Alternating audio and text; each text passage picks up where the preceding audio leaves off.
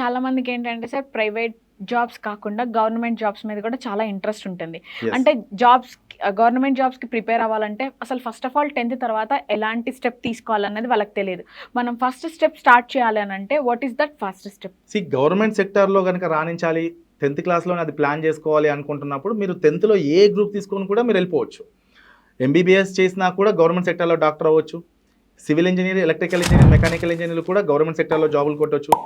అయితే ఈ specific government jobs కాకుండా గ్రూప్స్, సివిల్స్ ఇలాంటి వాటికి వెళ్ళాలనుకుంటున్నప్పుడు హెచ్ఈసి కానీ, సిఈసి కానీ ఇలాంటి సబ్జెక్ట్స్ తీసుకోవడం వల్ల వచ్చే లాభం ఏంటంటే హిస్టరీ, ఎకనామిక్స్ ఇలాంటి సబ్జెక్ట్స్ మనం చదువుతాము.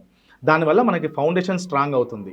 ఫ్యూచర్లో మనము యూపీఎస్సీ ఎగ్జామ్స్ కానీ, ఎస్ఎస్సి సిజిఎల్ ఎగ్జామ్స్ కానీ, టీజీపీఎస్సీ స్టేట్ బోర్డ్ ఎగ్జామ్స్ కానీ ఏది రాసినా కూడా ఈ ఫౌండేషన్ స్ట్రాంగ్గా ఉంటుంది కాబట్టి క్రాక్ చేయడం చాలా ఈజీ అవుతుంది. అలాంటప్పుడు మీరు హెచ్ఈసి కానీ, సిఈసి కానీ ఇలాంటి సబ్జెక్ట్స్ చూస్ చేసుకోవాలి. అయితే ఈ సబ్జెక్ట్స్ చూస్ చేసుకుంటున్నప్పుడు నేను మీకు ఇచ్చే సలహా ఏంటంటే మీ aim government sector, group, civils అనుకుంటే మాత్రమే అవి చూస్ చేసుకోండి. ఎందుకంటే ఈ పోటీ ప్రపంచంలో ఎంపీసీ, బైపీసీ విద్యార్థులకు ఉన్న ఆప్షన్స్ ఇక్కడ లేకున్నావు. అవి లేవు కాబట్టి మీరు ఆప్షన్స్ చూస్ చేసుకునే ముందు ఒకవేళ మీ ఎయిమ్ అదే అయితే ఆ రూట్లో వెళ్ళండి.